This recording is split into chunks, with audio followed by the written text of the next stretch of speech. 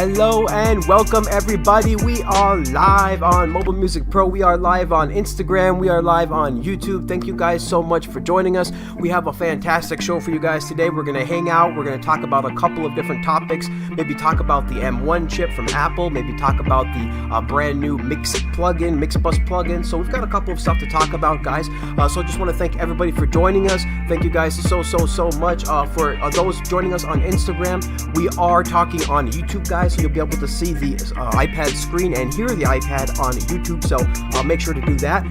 Make sure to check us out on YouTube as well. Excuse me, on youtube.com/mobilemusicpro. So let's turn down the music a little bit. Thank you guys again so much for being here. Really glad to be here, guys. Let's give a couple of shout outs here to some of the people that are joining us early on our brand new date and time. We're going to talk about that a little bit more too, but first let's go ahead and say hi to some Instagram people. Yeah, we got Sidepoke Music over here on Instagram. We got the Audio Dabbler on Instagram. Thank you guys so much for joining us. Again, you can find us on YouTube right now, streaming with the iPad at youtube.com/mobilemusicpro. And then we got some people joining us on YouTube, of course, guys. We got Code 7 in here. We got Welton in here. We got Matt as well. Oh, Matt, how you doing, man? We got a lot of we got more people coming. Hopefully, we are streaming a little bit early, guys, this time because we announced it, and we hold on, let's go ahead and go into it a little bit. Let's go ahead and turn down the music a little bit more. So we announced that streams are going to be on Fridays now at 8 a.m. But this is going to be, I think, way too early, guys. I don't know what I was thinking. I didn't really think it all the way through because the streams used to be at Wednesdays at 10 a.m. So what I want to do now is still keep them on Fridays, but this time, guys, let's move it to 10 a.m. I think that's going to be better for everybody. A couple more hours ahead. So today we are starting at 8 a.m. Pacific, 11 a.m. Eastern Standard Time. But from here on out on Fridays, and we'll remind you guys, of course, we'll post this on the socials, but from here on out, guys, we're going to be streaming on Fridays at 10 a.m. Pacific, 1 p.m. Eastern Standard Time. That's 10 a.m. Pacific, 1 p.m. Eastern Standard Time every Friday, from every Friday on out after this, guys. So I just wanted to, start a little bit early this time because this is the normal time that we launch our videos on Wednesdays. And so I thought maybe people would be used to the time, but it's just not going to work out for me, guys. Like, it's too early. I had to set up too many things. So we are going to move this to 10 a.m. on Fridays. So let's go ahead and just give a shout out to everybody. Thank you guys so much. Thank you Instagram. Thank you YouTube for joining us, guys. Just a quick cheers to you and everybody. What a crazy week. What a crazy year. It's almost over. So just a quick shout out to everybody making music on the iPhone and iPad and whatever device you're on, guys. Cheers to you. Cheers to you guys, to wherever you are and whatever you're drinking. It's going to be a great day, guys. A great weekend, a great stream. So many crazy things have been announced recently, so many plugins, so many apps, and of course it's that time again at the end of the year where everybody is going to go ahead and do their end of the year videos and things like that. And of course we're going to do ours as well.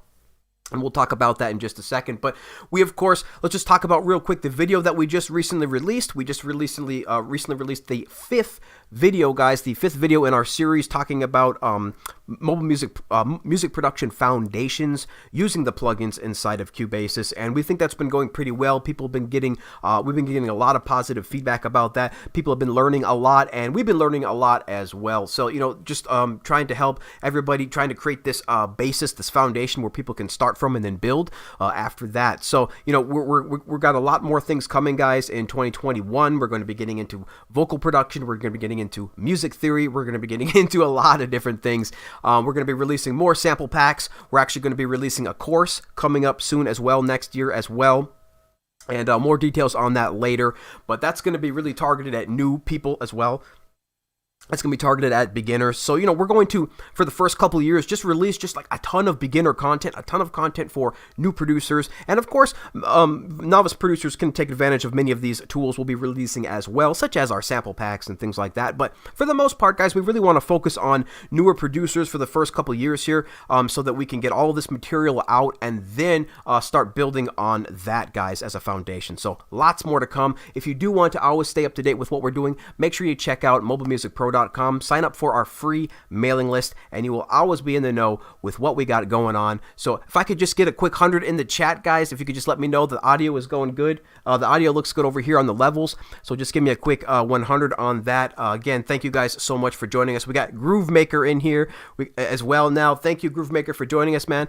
We got, it's going to probably be a slow show, guys, or a slow amount of people in here because it's just too early. It's just a bit too early. Again, we're going to be starting a couple hours later from here on out every Friday, so make sure you stay tuned to that. We're going to be doing a lot of things because these live streams now are going to last 2+ hours. So today's live stream, we're going to cut it off at 2 hours, but we do want to start doing at least 2 hours from here on out on Fridays. So make sure you check that out. And after this stream today, a quick shout out to iPad Beatmaking. They've got a brand new video premiere coming out in just 2 hours as well. Right after this stream at 10 a.m. Pacific, 1 p.m. Eastern Standard Time. iPadBeatmaking.com has their latest video premiering. So make sure you guys check that out as well right after this stream. So let me just check the notes real quick. Okay, we got hundreds in the chat. Everything's sounding good. We got Shim Gadget in here now as well. Shimmy Shimmy, how you doing, man? Really appreciate you here. Really appreciate everybody here. Let's just go ahead and check the notes. And hopefully, apologize. Hopefully, you can't hear that in the background. Let me just look at the levels to see if you guys can hear the tree trimming people and the landscaping people in the background. Nope, the microphone, the gate on the microphone cuts that off. So, hooray! You guys can't hear that. All right, so let me just check the notes real quick. What are the notes?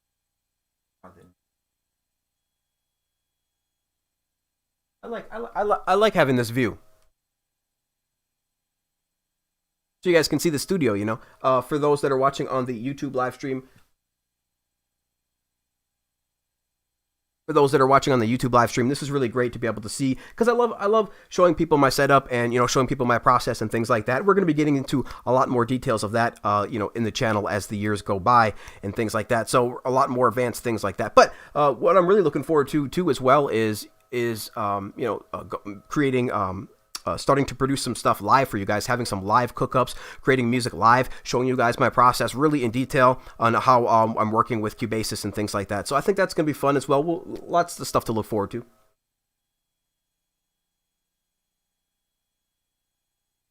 Okay, so real quick. Yep, so real quick, let's just talk about the top 5 videos, guys. So again, it's that time of the year where everybody's releasing their top 5 videos or their top lists videos for the year, their 2020 best of 2020 videos and things like that. So we're going to be releasing ours as well. We're going to be releasing 2 of those for sure. I'm not sure how many more we're going to do than that, but for sure we're going to be doing the top 5 AUV3 effects of 2020 and the top 5 AUV3 synths of 2020. Synths or instruments. Maybe instruments, because there might be a sampler in there as well. So it's going to be pretty fun, guys. We hope you'll stay tuned. Again, those are just going to be our top 5 picks. They're not going to be, we're not saying these are the top 5 of all time. No, this is our, of course, this is our top 5 for the year. And hopefully you guys can leave your top 5 in the comments. We really appreciate everybody's feedback on that as well. Take a quick drink. Oh my gosh. It's so early, guys. It's so early on the West Coast. 8 a.m. we started here, so not going to do that again. We're going to 10 a.m. after this, ladies and gentlemen. Goodness gracious, I'm tired. Okay. All right, we got Anna in the chat as well. How you doing, Anna? Hope everything is good over there. I believe Anna just released an album or just released a single. Definitely getting some music released over there. Make sure you follow Anna on her Instagram and see all the stuff that they're doing over there. So, a lot of cool people, a lot of cool content creators in this chat. Mobile Music Army, guys, is made up of a bunch of different people. Oh, we got Big Baby in the house, ladies and gentlemen. I got to figure out how to get Big Baby on my stream as well because he's so awesome over there, at Elbow Media Studios when they do their live streams every Saturday at 4 p.m. Pacific, 7 p.m. Eastern Standard Time. Make sure you check out that elbowmediastudios.com. Also got a brand new sample kit out over there as well at elbowmediastudios.com, where all they do over there is keep it crunk. I love you guys over there. Much love for you guys. Let me see who else we got here. Yeah. So what is he saying? What's good, bro? Yeah, Big Baby says, what's good? Yeah, man, hope everything's doing well over there for you guys. It's a crazy time of the year with lockdown and craziness, so it's kind of nuts. But for those who are new, who are just joining us, this is pretty much the format. We're just going to hang out, talk about some things, and see what's going on. So that is our top 5 videos that is going to be released over the next couple of weeks. Top 5 AUV3 effects, top 5 AUV3 instruments. So we already got most of those already ready to go. So make sure you look forward to that next week. All right, so now I just really maybe wanted to talk about a little bit of the M1, just a little bit, because Jacob Hack talked about it as well in his previous live stream. Make sure you check out Jacob Hack.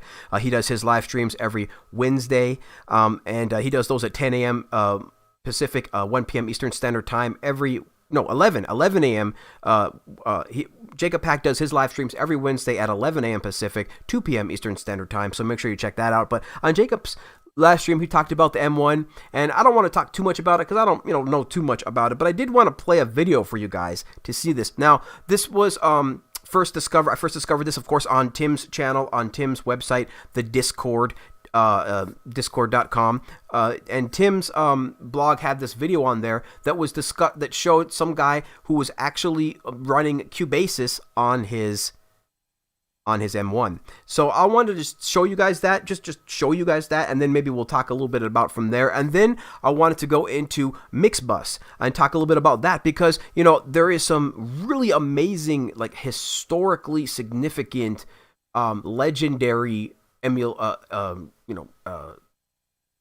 effects that they're trying to emulate there inside of MixBus. And so I think that it's important maybe we just talk a little bit about some of the history of some of those things, because I can pull up I have a couple websites we're going to pull up and just read off a couple of these things, a little bit of the history of some of these amazing legendary effects. And I think it's important that people know about it, because we're getting a little bit spoiled with all of these digital effects everywhere we go. It's just kind of crazy, it's just digital effects everywhere we go now. And so maybe some of the history is getting lost on what these things are actually emulating and things like that. So I think that'd be important to check it out and see what's going on there. So I see some a movement in the chat. Let's see what's going on. We got Josh in here, Joshua Good, saying hi everyone. For sure. What's going on, Josh? We got Groovemaker saying my favorite synth released this year is Blees Alpha synthesizer, a fantastic synthesizer, definitely a great synth. Make sure you check that out. Blees synth. I'm pretty sure it's Blees or Bleas, but I like Blees.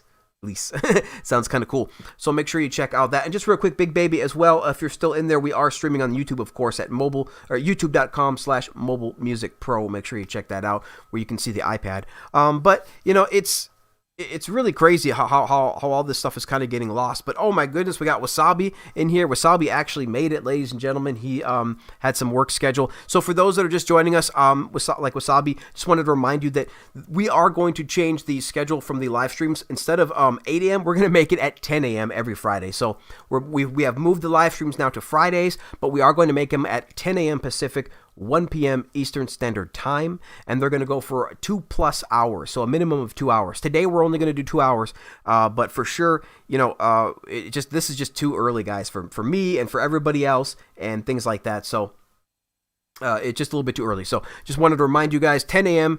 every Friday. Check that out. We're really looking forward to doing some cook-ups and all sorts of different things. So let's just take a quick drink, see what was going on.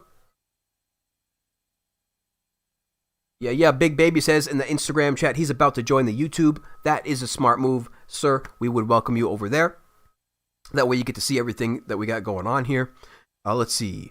Shim says, have you recently released Mixbox CS app? Recently released? What do you mean, Shim? I don't know what you mean by recently released. But we're going to be talking about the Mixbox app today as well. So let me pull up this video real quick. I keep forgetting I should have had this video already here. Didn't have much time to set up. Let me just check the link real quick. Well, we can just do a quick Google too. Let me just pull up the browser here. See what's going on.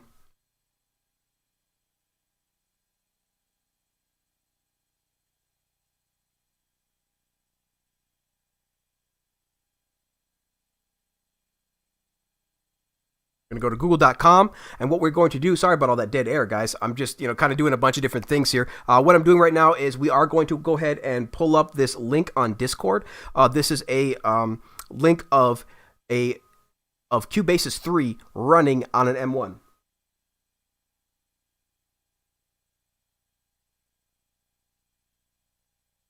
Discord, Cubasis, running on M1. Let's search for that. Bet you we'll find it pretty quick. Boom, I think I found it. First link, here we go, Discord. Shout out to you, Tim. Shout out to Discord. Fantastic site. Everybody needs to go check that out. They have great things like, latest news, of course. They got a whole forum over there. They even have music app sales. So make sure you guys check that out as well. It's really, really cool. They got a bunch of different stuff over here. So if you've been in, mobile music production community for any time longer than like 6 months, you've already heard of Discord, of course, so this is probably for the newer people. But check this out, guys.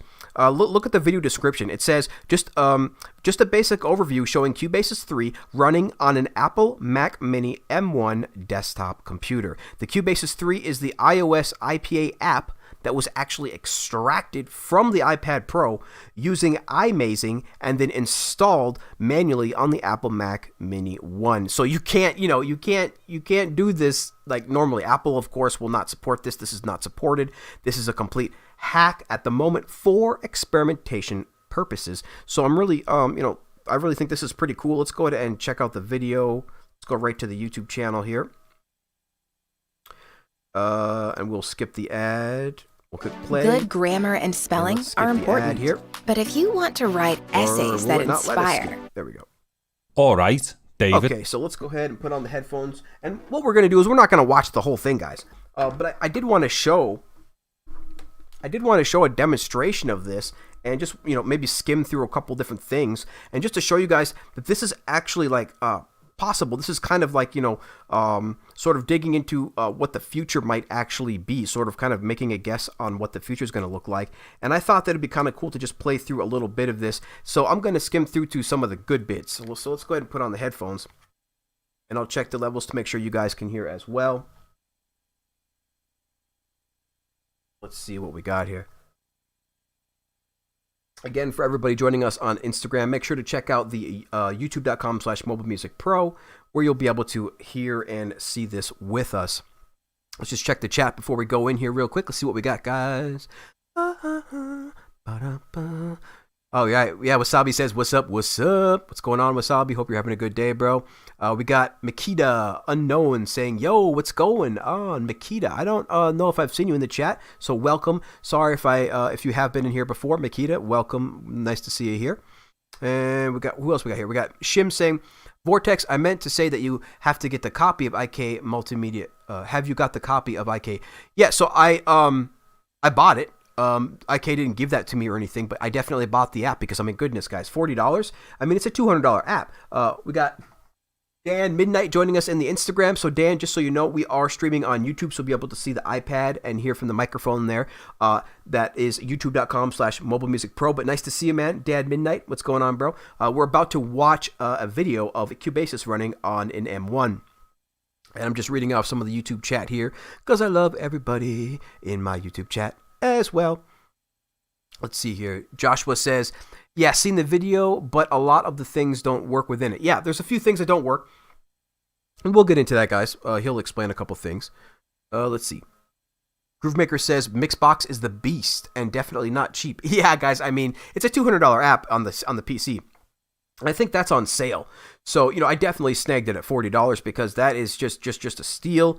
There's, again, legendary things in there, and we'll be talking about some of that stuff as well. Oh, look at that. We got Jason in here, Jason Gilby. What's going on, man? Again, a new person, perhaps? A couple new people, probably because of the new day. The new day is going to bring in new people, the new day, new time. And so let me just remind everybody that is new to the chat right now that we started a little bit early today at 8 a.m. Pacific, 11 a.m. Eastern Standard Time, but we will be starting every Friday from here on out. After this Friday, every Friday from here on out, we'll be starting at 10 a.m. Pacific, 1 p.m. Eastern Standard Time. So make sure you check us out. Then we'll probably get even more new people, which we're looking forward to always, is getting more and more people and new people in here so that we can help more and more people. So definitely make sure you check us out, guys. We're going to be here next Friday. Oh, we got Elbow Media Studios in the house saying, what's good, bruh? What's going on, Elbow Media? Yeah, I just gave you a shout out earlier because Big Baby was in the Instagram. So definitely shout out to both Big Baby and Elbow Media. I gave you a shout out, Elbow, letting everybody know about your new sample pack that people got to check out at elbowmediastudios.com. So appreciate you coming through. Just so you know, Elbow, as well, we're going to be starting at 10 a.m. Pacific, 1 p.m. Eastern Standard Time every Friday from here on out.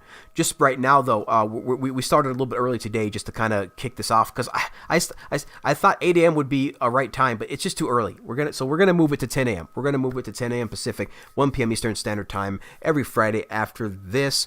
Shim says, what do you think about the flip sampler Shim says, what do you think about the new flip sampler app released by Andrew Huang? Well, I think it's pretty awesome. First of all, I think it's awesome that, these larger content creators are now getting into the mobile music production space in a very great way by getting together with developers to release their own apps. That is amazing, guys. That is fantastic. That is game-changing stuff. So I think that is something really awesome to look forward to see. I think that's going to continue. I think it's going to increase and not slow down in coming into 2021. That'll be probably one of my predictions for 2021, that there's going to be a lot more of that. We're going to see a lot more of that. Now, of course, they're not making gigantic amounts of money because the app is cheap and the space is still kind of small, but they see the potential. You see, people like Henny the Business, Jacob Hack, these people see the potential of what could become of the iOS community and the iOS mobile music production space. They can see where it's gone because they can see where it can go because they saw where laptop music production went, right? They saw where PC music production went. They saw a lot of these people in the game that's been here for a long time have seen things go from the rack mount servers down to the personal computer, down to the laptop, and now it's inevitable, of course, that we can bring that same experience down to the iPad. And we're getting really, really close. There's a lot of one-to-one stuff already that's happening. So, that's what I pretty much think. I think that we're going to see a lot more of that to coming into 2021. And I think that the app, Andrew's app in particular, is pretty good. I think it's a great sampler, and I really love the way everything is just instantly recorded. You have to understand Andrew's workflow to understand the app. Andrew works really, really fast. He doesn't, he's not, I wouldn't call him, anything like a preset producer because he does a lot of sound design, obviously. But this guy does, wants stuff fast and wants it now. And that's, of course, typical of that generation, right? We really want things to go as fast as possible. And I'm no different, really. I want, when I start making my tracks, I want everything to go as fast as possible, because we're fighting a losing battle of, getting tired, of getting, sick of the song, of just a bunch of different things that are happening. So we're fighting a losing battle, and on the miracle that we win, right, that is really what it's all about. That's what we're going to try to continue. So, I think that Andrew understands that and understands the space that has a big way to go, and he sees the trajectory. And so I think we're going to see, again, a lot more of these type of apps. And again, it's a great app. And even speaking of Andrew's app, guess what? He also just announced that he is going to make that AUV 3 as well. So that is going to be amazing. I'll definitely start using it probably more once it's AUV 3 because, I'm a big advocate of AUV 3. I really, really want to make sure, guys, that we move the entire ecosystem forward to AUV 3. It's very, very important. A lot of developers have reached out to me about, taking a look at their apps. And I don't necessarily say I refuse or anything like that, but I do encourage them absolutely to say, look, guys, when you have your app set for AUV3, then I'll take a look. Right, then I'll go ahead and take a look at more in depth, because that's my workflow. My workflow is to use AUV3 apps inside of Cubasis. So if your app doesn't support my workflow, there's not a good chance that I'm going to be using it that often, right? So then there's not going to be a good chance that it's going to end up on the channel. And so that's just the reality of the situation.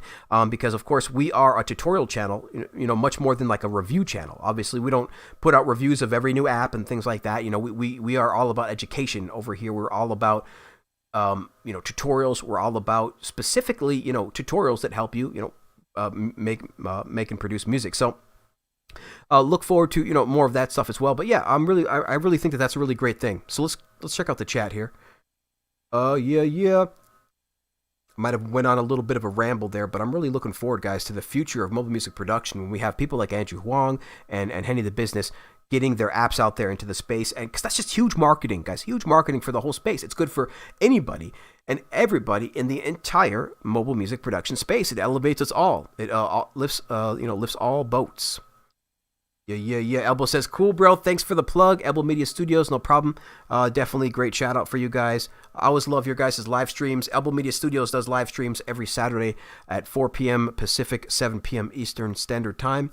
We do try to be a part of those as well. We do try to hang out with you guys. But lots of times, I'm usually like making music or just kind of hanging out at that point. But I do try to make it. I love your guys' show. Let's see what else we got here. We got Shim Gadget saying, are you planning to collaborate with any developer to develop app? Shim's asking me, you betcha, guys. There's going to be Mobile Music Pro apps. Absolutely in the future.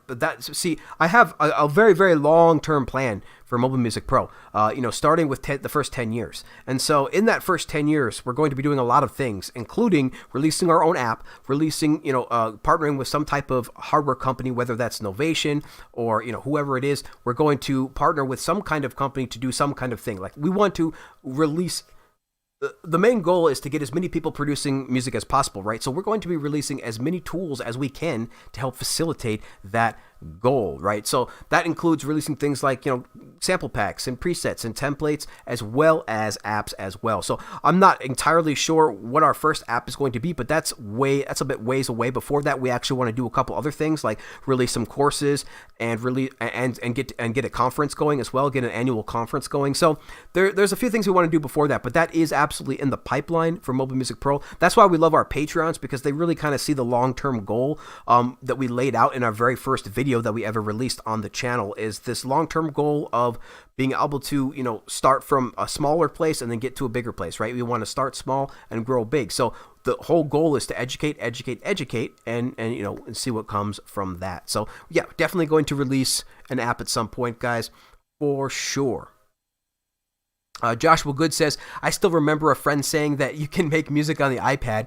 This was on the iPad 1, and look at where we are now. Absolutely, guys. Some of the main the big four, and we did a post about this on Instagram, but the big four things that has elevated mobile music production to a 1-1 scenario a lot of the times with desktop production and laptop production is that we now have iPad OS, which facilitates a file system and the ability to use a mouse. So that is huge. That is absolutely huge, guys. So that is one of the things that that helps facilitate that. So that's one thing. The second thing is the ability to have AUV3, the AUV3 standard, because we have that.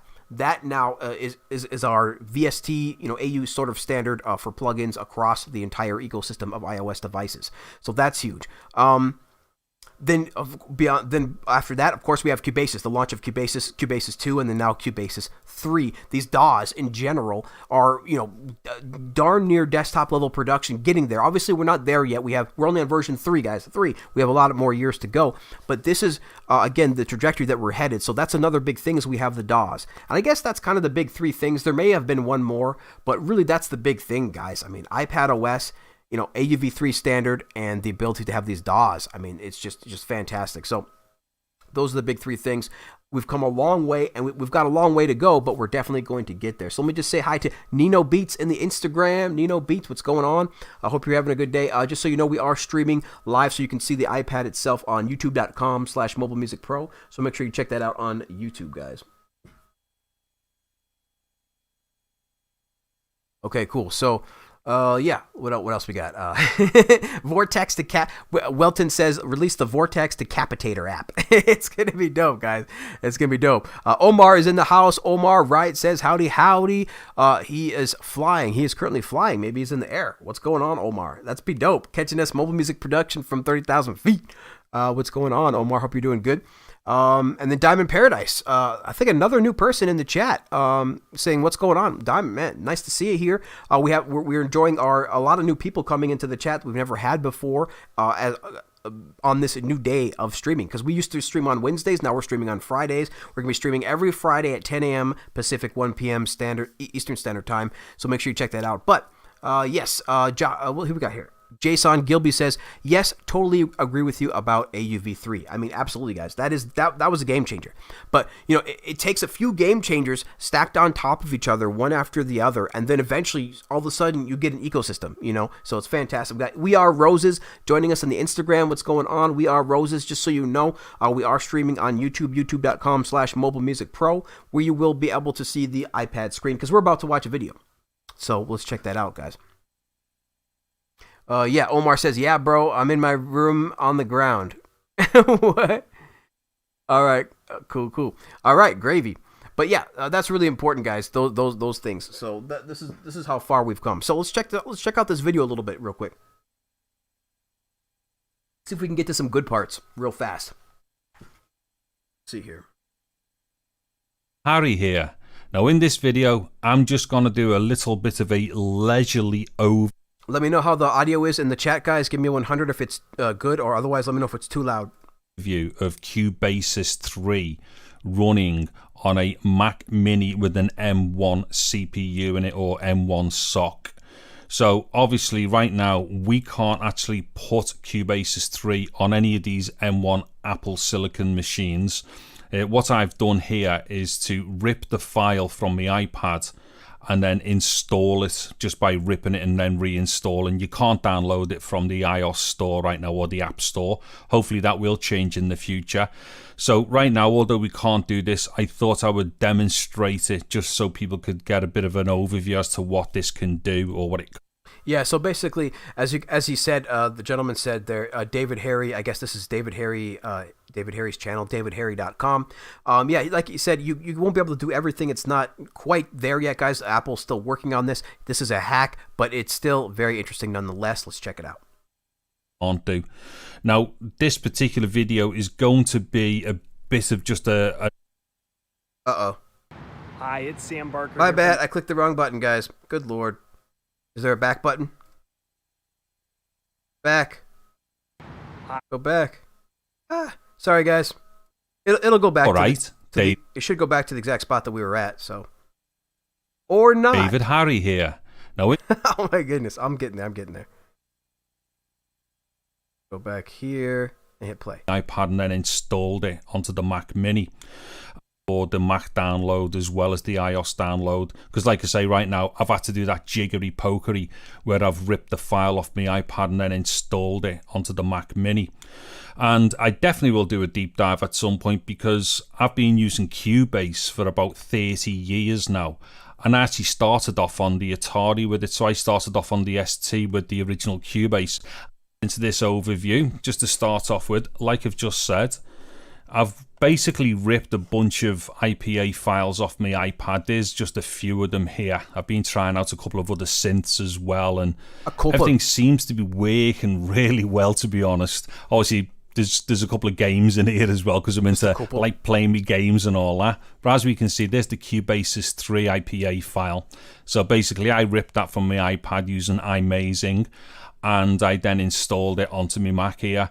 Now, if anybody's interested in this process, let us know in the comments, and I'll probably do a bit of a walkthrough tutorial on how I went about doing it, if anyone is interested in that stuff.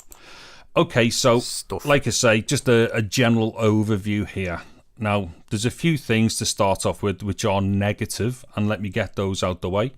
One is you can't really use keyboard commands. You can't even do basic transport control, as in I'm hitting my space bar there, it's not doing anything, you know, nudge keys, arrow keys and stuff like that. So that's one of the big things right now, is there's no keyboard support for any of these iOS apps on the M1, because obviously none of the developers have created these apps with keyboards in mind, right? So they were all created for the iPad, of course. So that's one of the big drawbacks right now. But again, that's going to all be, guys, that's going to take time. But eventually, Apple, of course, is going to really, I'm pretty sure, start pressuring developers to start supporting the keyboard, because more and more people are going to be using this device like a laptop. More and more people are going to be using a keyboard on the iPad, including people like music producers, because we want shortcuts. We want our freaking shortcuts. So, they're going to get pressure from people, from both the consumers and hopefully Apple themselves, to say, guys, look, if you don't support the keyboard yet, you need to get on that, because this is huge demand. So it's going to take time, but eventually over time we're going to get these things all completely seamless. General transport functions that you would do on a keyboard, say in Cubase, whether that be on Mac or Windows, you can't do any of that stuff here. So that's a bit of a downside, I suppose. Although, at this moment in time, it's not meant to do this anyway. This is, I hope, something that will be developed by Steinberg. Now, also as well, there's a few things to do with how the app scales as well. And this is in keeping with most iOS things that go in onto the Macs at the moment. They don't scale. So right now, that window we're seeing Cubasis sitting in is the biggest it will be. I can't expand it, and I can't grab the corners and move it about. And indeed, right now, we are watching the equivalent of a 720 size on the screen. So although I'm in 4K, in fact, it'd be easier if I show you. If I go to displays here, if I actually go to the proper 4K like scale on the Mac, that's how big Cubasis really is there.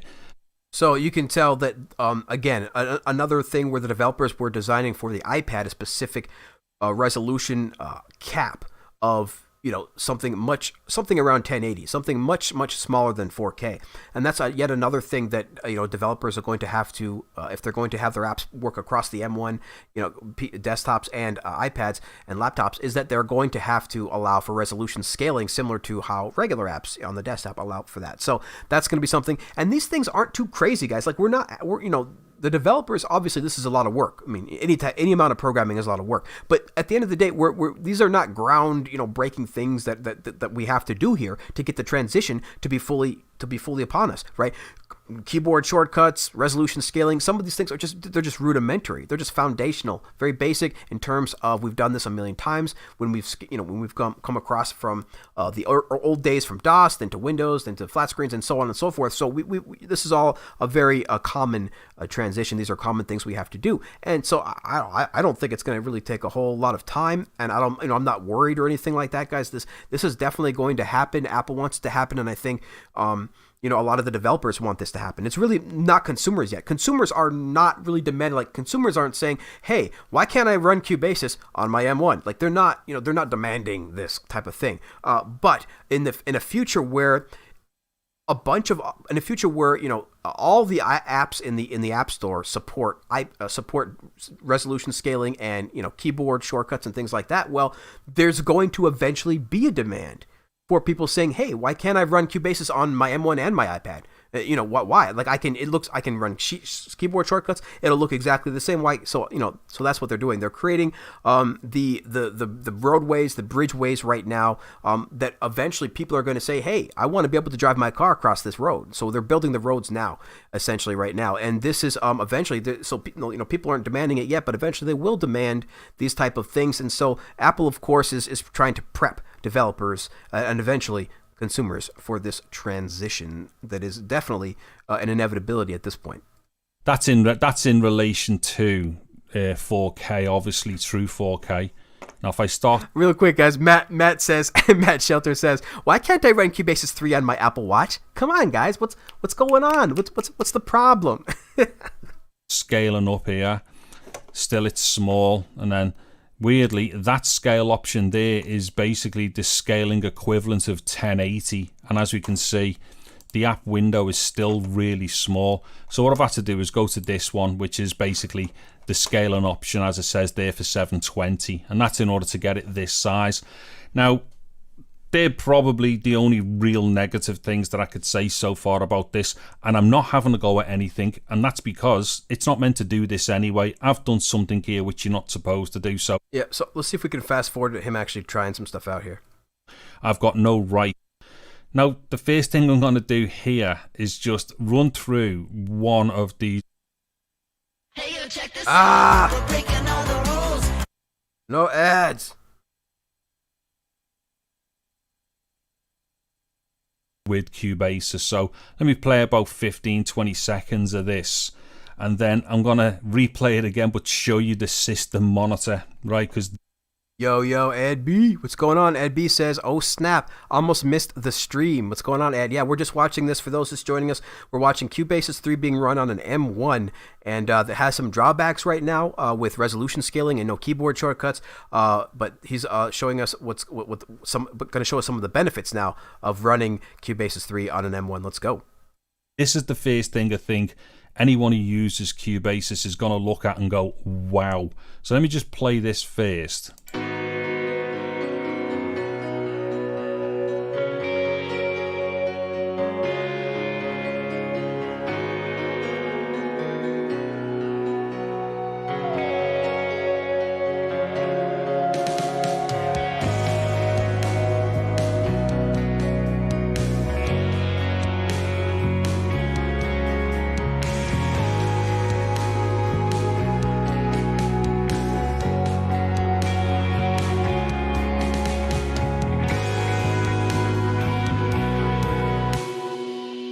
Okay, so anybody who's, got Cubasis 3 will know what that demonstration track is there, or that demonstration piece. Now, the thing with that's played perfectly well there and all the rest of it. Now, the other thing with this, though, you don't really have a lot of MIDI per se going on. So, if I just move something, right, you don't really have a lot of MIDI stuff going on here. A lot of it is pre-rendered audio. However, it is using effects and stuff. But nonetheless, even something like this would use a fair bit of power to run. But check this out now. I'm just going to play it from the start again. Look at the monitor and here as this plays through. Check this out, guys.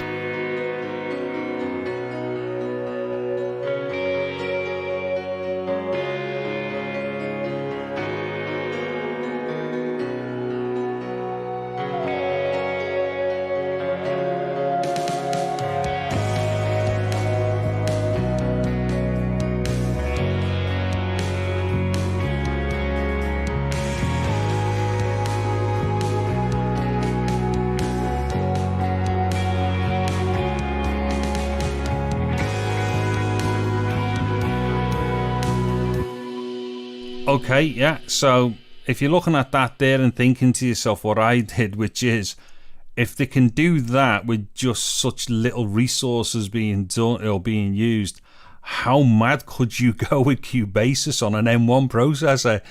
Yeah, so that's the question, right? So that's one of the benefits that you'd get by running some of these AUV3 apps on your M1, is the fact that your desktop will always have, for the most part, a faster processor than your tablet or laptop, because that's where the demand mostly is for faster processors. So essentially, that is something that could be an interesting benefit if you were running Cubasis 3. Imagine because I think one of the demonstrations on an M1, somebody had multiple hundreds of instances of a synthesizer on there, and it was barely using anything. Imagine all the apps that were constrained on resources for the iPad. Imagine them running on an M1. They would take almost nothing for resources, right? So that is something that could be interesting, where the Cubasis could then have optimized versions, or at least optimized code in there, possibly for running it on a desktop. And again, it's just part of this whole thing to bridge all of the ecosystems together, both mobile and desktop, within the overall Apple umbrella. And it's eventually they're going to bridge them as much as possible, right? That's the goal. And so I think that this would be a pretty insane benefit to be able to run Cubasis on a desktop. Would I run Cubasis on a desktop? Again, there would have to be some contingencies, right? Like it would have to be exactly the same on the iPad. And it would have to run exactly the same on the iPad. I'd have to be able to use keyboard shortcuts on the iPad and the desktop. I'd have to be a very seamless transition from the desktop to the iPad, right? In order for me to do that. And even then, would I don't know, because guess what? Then you'd lose the touch capability, right? That's the whole major thing separating the iPad world from the desktop world, and even from the laptop world, is touch interface. That is the revolution in terms of the iPad, in terms of mobile music production, in terms of this new revolution, because we had the first mobile revolution where we got to have all this stuff on a laptop. Now we're having this second mobile revolution where we're getting very, very, very intuitive user interfaces via touch screens, and bringing all that, pushing away and abstracting all the complexities away into something much more streamlined. That's the second mobile revolution, is in user interface. That's what the iPad is bringing us. And so, to be able to bridge those things, that, of course, would be amazing. So we'll have to see how it actually goes. Let's check out the YouTube chat to see what everybody is saying. Ed B says, very cool, Vortex. M1, yes, this guy's running Cubasis on an M1. It is actually crazy. Sean says, I think that's Sean, or is it Sion? I think I say Sean. Maybe that's wrong. Let me know if that's wrong. But he's got a YouTube channel as well. Make sure you check that out, I believe. Sean says, it's two ways. There's the perspective of Steinberg not wanting to affect their sale on Cubase by making Cubasis work on M1. And then it'll take some time convincing, but it's not impossible. It's true. I mean, again, guys, we're going to have like some kind of, I guess there's going to be this divide for a while about this pro, quote unquote, pro version for a desktop, and then a less pro for the iPad. But the iPad has been proven to be able to do one-to-one things that the desktop can. So, I think what it's going to come down to is the iPad stuff is going to be supported by the desktop stuff eventually because of the allure and appeal of some of the benefits there. But it's going to take a while for demand to say, look, I want Cubase and Cubasis on my desktop and my iPad and my laptop, right? It's going to be crazy, right? So we're used to this divide right now, but Apple is trying to kill and lower that divide. It's trying to lower the bridge, the barriers that are separating these ecosystems. So we'll see. Yeah. Sean says, hey, everybody, and great stream, Mobile Music Pro. Thank you, Sean. Thank you so much, man. Let's see what else we got here. Yep. Groovemaker says, Cubasis 3 on a Mac? Really? It looks like it's functioning. Yeah, it's definitely functioning. It's 100% functioning, guys. But, there's no touch. You have to use the mouse. But it is 100% functioning as it should. Basically just like Apple promised. Again, it's the last mile, right? Like when you do any type of creative things when it comes to movies or music production, it's that last mile, right? That last 10% that really separates, that really adds the polish that can separate it from everything else. So I think that's the last 10%, the last mile is things like keyboard shortcuts and resolution scaling. Let's see what else we got here. Yeah. Jade Star's in the house. Make sure you check out her channel, YouTube channel, Jade Star. A lot of good mobile music production stuff on there as well. Welcome, Jade. Hope you're having a good day over there in Australia, I believe. Also, Pete Johns just guest starred on that channel as well from Studio Live Today. Make sure you check out Pete Johns. I believe he's in Australia as well. A lot of good content creators over there in down under. A lot of good content creators down there. Down under. Let's see what else we got here. Jade Star, yeah. Groovemaker says Jade Star got a Mac Mini. What? Oh snap! Jade Star says I'm running Cubasis 3 on my M1 Mac Mini. Whoa. So yeah, Jade Star is doing it already. Let's see. Matt says time to start producing some Skrillex type beats. Yeah. For sure. But Jade says that it is hard to load still with iMazing, hard to side load with iMazing. Yeah, I mean, exactly. It's not easy to get it up and running for sure. This guy definitely had some problems as well, but it is fully freaking functioning. But Jade Star says it's far from perfect and has problems. Yeah, of course. It's not meant to run on there quite yet. But pretty crazy stuff. Jade says that she's been doing Patreon shows on the Mac Mini, so definitely make sure you check out Jade Star's Patreon as well. A lot of the content creators that do mobile music production do have a Patreon, including us as well, mobilemusicpro.com/Patreon. Let me just say hi to some of the IG people. John Jizzle joined and said hi. We got Ice Cold Jack. What's going on? Just so you guys know, we are streaming on the YouTube here over here, so you can see the iPad. YouTube.com/mobilemusicpro. Let's see. Jade says, I have about 50 plugins from iOS running okay in Logic and GarageBand. Holy moly. Got Aria Pro running on Mac as well. Yeah, so it sounds like, Apple really really is taking this seriously, right? Doesn't that sound like it to you, that Apple's actually taking this seriously with all this stuff working out of the box right away when they're not even advertising it fully yet? Like when they're not even, you know, I'd say fully advertising it yet to the public. I mean, this already stuff working out of the box. It's that last mile that we're going to take. It's going to take possibly years, right? Years and years to fully transition to. Jade says, yeah, heaps of 4-pocket apps work. Yep. Okay. Interesting. But some don't work out of the box. Yep. That makes sense. So yeah, interesting stuff. Very interesting stuff. So I think that's really about the best bits of the video. Let me see. That was my first thinking when I looked at that. Now, don't get me wrong, I use an iPad Pro 2020, and that is also like really powerful, but not as powerful as what this is, though. So these M1 chips, I'm just sitting there thinking this is going to be bizarre, because I think I don't think we'll see higher complexity, like, you know. Let me see here. Usage of, like, you know, it's that. And then if we have a look here, say at this MIDI information, so we can pull all that up, and obviously we can get inside and we can manipulate all the MIDI events and things and stuff like that. And pretty much in the same way, we're going to be able to do all the same things with audio. You're going to have to give me yeah, so you can do all the same stuff. Again, it's pretty functional. You just have to use your mouse. So he demonstrates, you know, opening up audio, opening up MIDI, you know, doing all the same things that you can do, fade in, fade out, a keyboard undo, as you know, things like that, all the standard stuff that we do in Cubasis.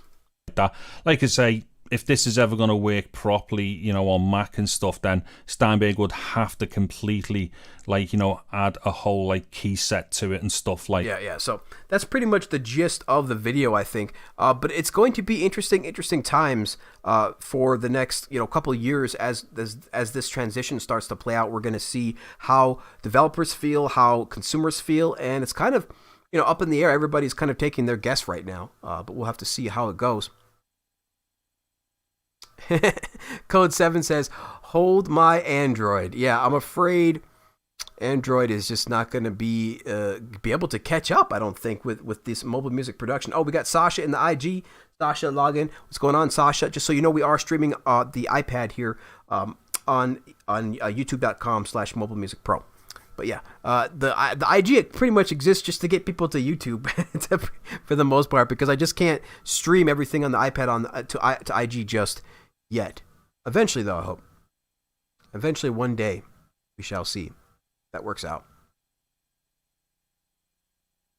Let's see. Sean says, yeah, to Code 7. Yeah, I wish some plugins would work inside Cubasis for Android. Yeah, guys, it's tough. I mean, Android is tough, guys. They don't support the AUV3 standard, and I don't think they ever will, because I don't think Apple will would ever allow their AUV3 standard to ever work on Android. So, you know, they're going to have to come up with their own standard, and that's not going to be good. Wow, Jade's Star says she even got MixBox on iOS working on Mac and usable as an AU plugin with Cubasis and Logic on Mac. Wow. So MixBus on iOS working on the Mac as an as just as usable as an AU plugin inside of. Wow, that is insane. That is pretty cool to see. So, you know, we've got complex plugins like MixBox working on the M1 as well. Just that's pretty amazing. Yeah, Wasabi says, yeah, unfortunately Android is just too far behind. It's true. Like guys, like I said, those main pillars that iPad has overcome now with the iPad OS, with AUV3 standard, and with the DAWs, you know, the ecosystem, the app ecosystem that we have on the Apple is just, it's going to be hard to catch up to beat, because there is a lot of terrible apps out there, guys. And most of them are on the Android. Like, you know, Apple has its fair share of terrible apps, but if you do a comparison, there's just no comparison at all. The amount of viruses and things that are on Android apps, and just it's bad, guys. It's bad. So you just got to be really, really careful with what you download on the Android. And with the Apple, you know, you can be a little bit more confident. They do a little bit more checking on the ecosystem to making sure that everything's going good, to make sure that everything's going to work and things like that. Yep, Jade says, I'm sure IK Multimedia would like that, but I keep testing as many apps as possible. Yep, keep on testing. That's that Glad you got that M1. A lot of people ordered that as well, so it's, it seems to be, people seem to be liking it so far, but a lot of, I'm just loving all this experimentation that we're seeing now, like Jade's doing, with all this integration of the iPad stuff on the M1. It's fantastic, guys. It's fantastic. So, let's see what time we got. All right, 9 a.m. So normally, guys, we'd be done right now, right?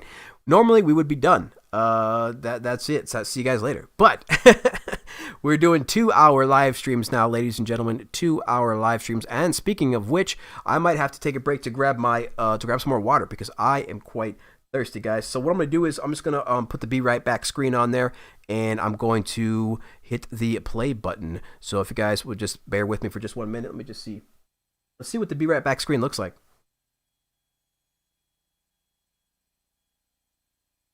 It works. Okay, cool. So let me just play this out for you guys real quick. And I'll be right back. I'm just gonna grab some water. Just give me 1 minute, everybody, and I'll be right back.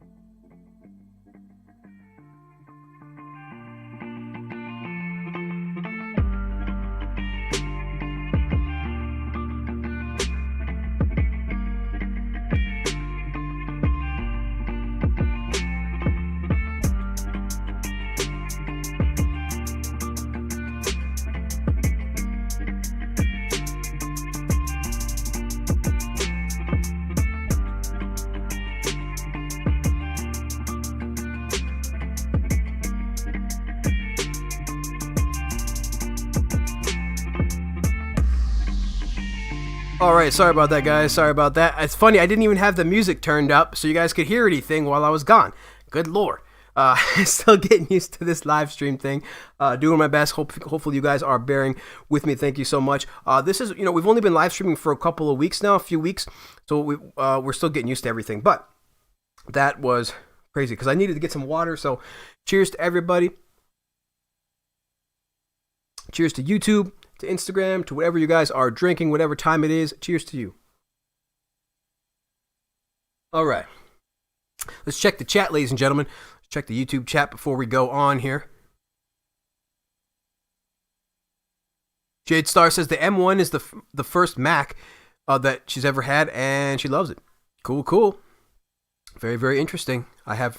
I'm not a Mac person. I only have a PC. In fact, we were discussing that the other day on a live stream, I think on Jacob Hack's live stream, where a lot of people don't know that you can just connect wirelessly to your PC from your iPad. I don't think a lot of people know that. For example, let me just show you. If you go to your Files app here, you can actually connect by tapping on these top 3 dots at the top and click connect to server. And what this does is this allows you to then type in the IP address of your PC, where you have any folders shared, and it will then be able to see those shared folders. So it comes in really, really handy. Again, you don't have to worry about airdropping or anything like that. Again, I don't have a Mac. I just use my PC, and I can just go ahead and browse my IP address here. This is a local IP address, so it's not going to help any hackers out there, but this is where I can browse my stuff. So I can go right to my Mobile Music Pro folder or my music folder where all my samples are. Again, this all exists on my desktop right now. This does not exist on my iPad. So I haven't really had a whole lot of use for storage on my iPad because the large amount of storage on the iPad, because all my samples and files are mostly stored on my server, my PC server. So not a lot of people know that, but it is pretty cool. But yeah, that is why I have never had a Mac yet. Never needed a Mac yet. Everything was pretty seamless. See, Sean says, do you think the reverse is possible? Logic running on the iPad. I don't think they'd ever do that. No. So that's where the difference is, right? So mobile apps are going to get more sophisticated and be able to bridge the gap, but traditional apps like Logic and Pro Tools, these guys will never ever retool their stuff for the mobile device, for the iPad. They're just not going to do it. There's probably just because there's not going to be a demand for that for many, many, many years. And by the time there is a demand, we'll have like Cubasis version 8, which will be just as good as like Cubasis on the desktop right now.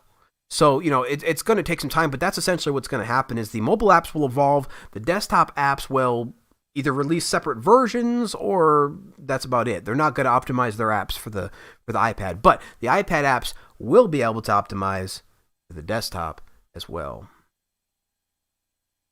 Very interesting stuff. Yes. Let's see here. Yeah, a lot of good discussion, guys. We got 16 people in the live stream right now. A lot of discussion around the M1. We got Ender909 joining us on the Instagram live stream. What's going on, Ender? Again, just so you guys know, we are streaming on YouTube at youtube.com/mobilemusicpro. So some great discussion on the M1, guys. Really cool stuff. So let's go ahead, I think, now and talk about MixBus. Let's go ahead and talk about MixBus a little bit. Let me just check my links here.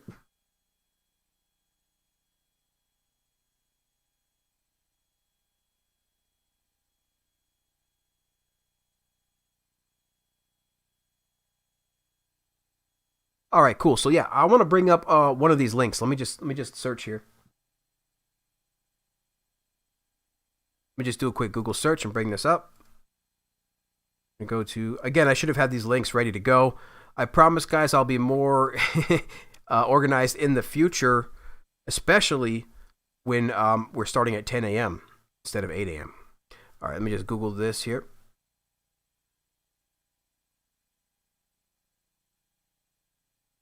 Stage audio, top 10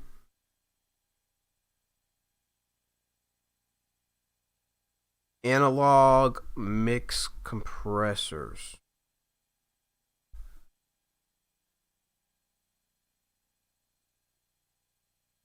Let's check this out. Okay, let's see if this is the page. Let me just see.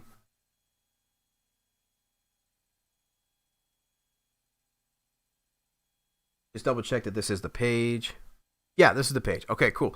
So what I wanted to show you guys is just a little bit of some history here of some of these things that some of these original pieces that the MixBus is emulating. So first, let's go ahead and take a look at the Fairchild. So let's go ahead and go to Cubasis real quick first. Go to Cubasis. Let's open up a new project. Call it MixBus. Test. Hit OK.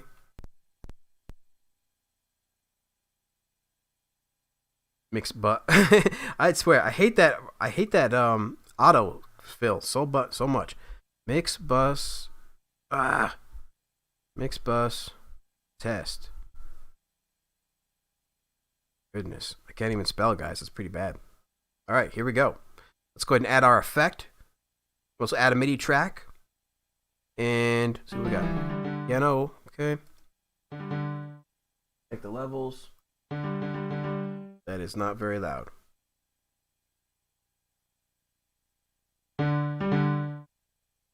Cool. All right. right, just wanted to see what we got here so you can see the effect. And let's go ahead and go to Insert Effects, and let's add a MixBus, guys. Let's go down to Audio Units. Let's go down to MixBus. Excuse me. MixBus, there you are. And let's add a Fairchild. Let's see what we got here. They'll be under Dynamics.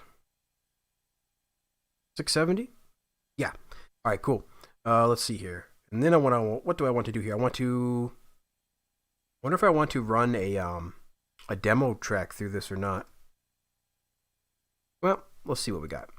So first, let's real quick just see what this sounds like and put on my headphones. See what we got. Doing it live, ladies and gentlemen.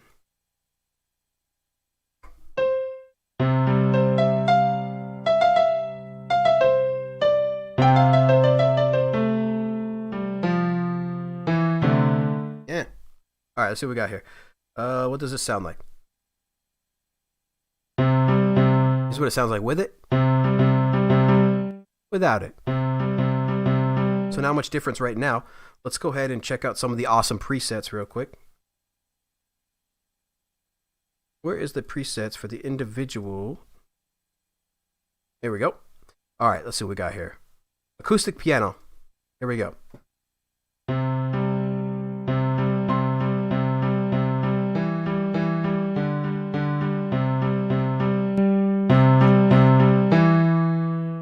Too loud. All right, let's try that. A little bit up more. There we go. All right, here we go. Here's without it. And here's with it.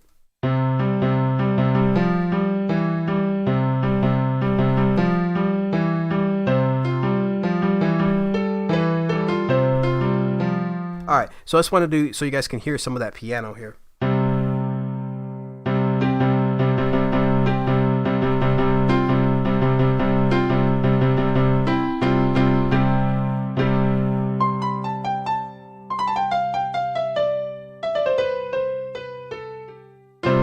All right, interesting. So very cool stuff. So you can see the controls on here. It's really, really cool. We have our input, our time, threshold, and output. So what we're going to notice is that it is quite different looking though than the original 670. So let's go see what that looks like here.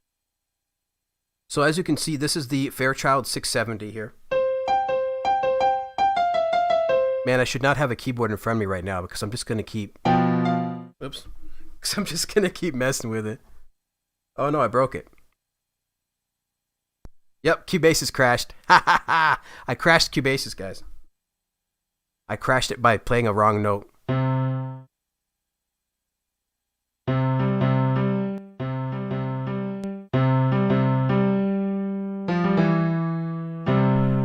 Let's see. I wonder if I have any piano loops real quick inside of Cubasis. Because there's definitely some drum loops. No, that's mostly other stuff. Okay. No. Should have probably... This. Strings? No. Oh, we have something from our sample pack, I think. Let's see what that sounds like. Melody loops. Let's do the dry on the piano here.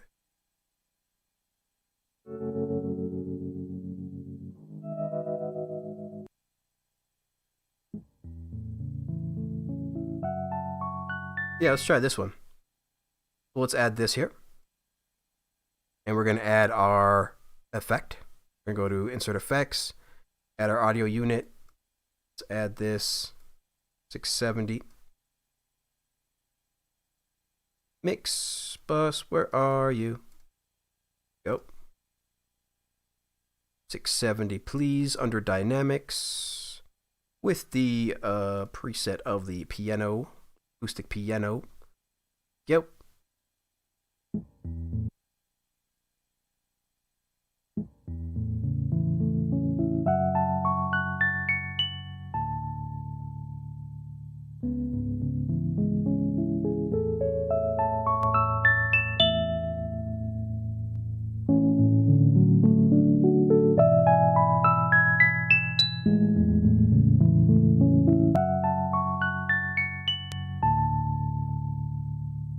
Okay, so let's hear this part with and without it real quick. Here's without it.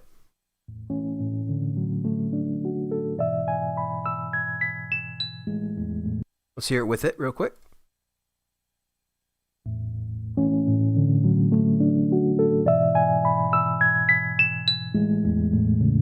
Interesting.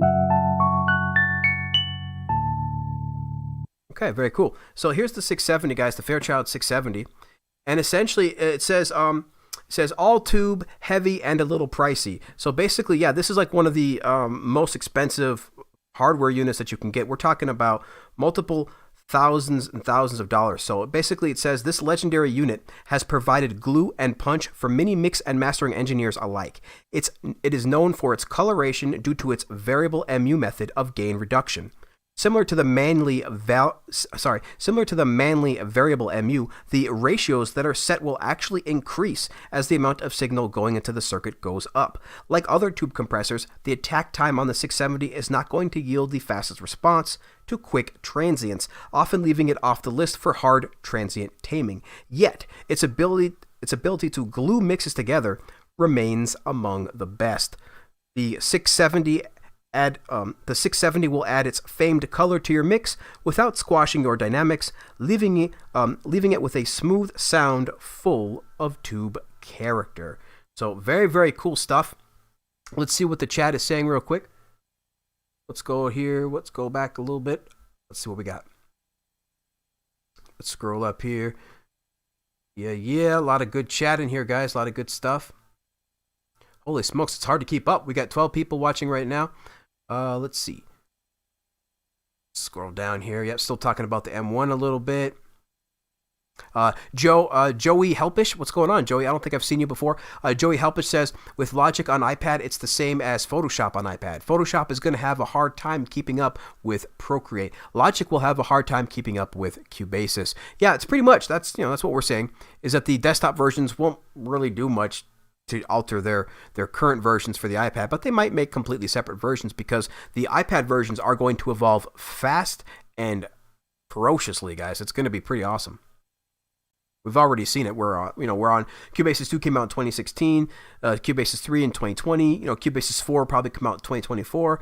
But we're going to be on Cubasis 5, possibly by 2030. So it's going to evolve fast. Yeah, Russ is in the house. Russ889, what's going on, Russ? Russ says, hi, Vortex and everybody. What's going on, Russ? Hope you're having a good day. Yeah.